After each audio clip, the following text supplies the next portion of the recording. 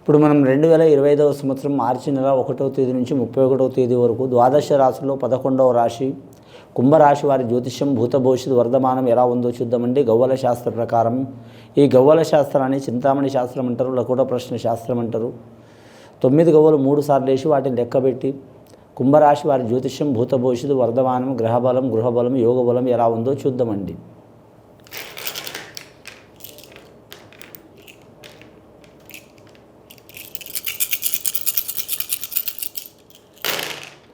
కుంభరాశి వారి జాతకంలో 4 గవ్వలు పడ్డాయండి. చాలా వరకు అనుకూలమైన గవ్వలు పడ్డాయి వారి పేరు మీద.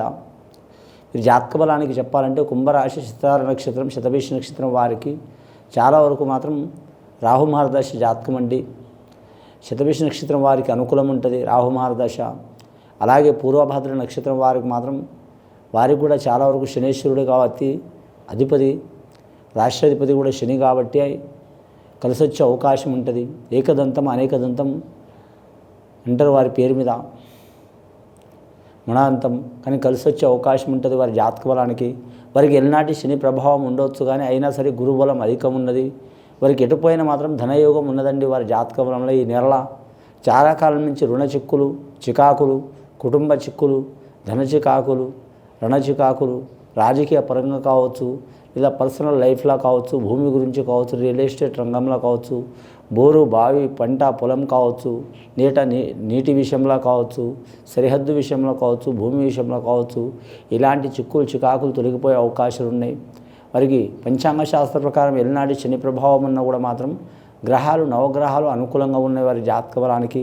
కానీ ముఖ్యంగా వారి పేరు మీద చూడాలంటే మాత్రం స్త్రీలకు పురుషులకు చాలా అనుకూలంగా ఉన్నది. కానీ కాకపోతే ఇందులో నెగిటివ్ ఏంటంటే ఆరోగ్య సమస్యలు తప్పవండి. కుంభరాశి వారికి ఆరోగ్యమే మహాభాగ్యం అన్నారు పెద్దలు.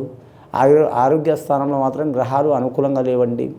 గ్రహాలు మాత్రం నీచ స్థానంలో ఉన్నాయి కాబట్టి ఆరోగ్యంలో ఇబ్బందులు తప్పవు. ఏ వయసులో ఉన్నవారైనా సరే 25 సంవత్సరాల నుంచి పడితే వారు 90 ఏళ్ళ వయసు ఉన్న వారైనా సరే, కుంభ లగ్నంలో పుట్టినవారు, అలాగే మాత్రం శతభిష నక్షత్రంలో పుట్టినవారు, అలాగే పూర్వభద్ర నక్షత్రంలో పుట్టినవారు, ఈ రాశి వారికి మాత్రం ఆరోగ్యంలో ఇబ్బందులు తప్పవు. కాబట్టి ఆరోగ్యాన్ని కాపాడుకోవడం మంచిది.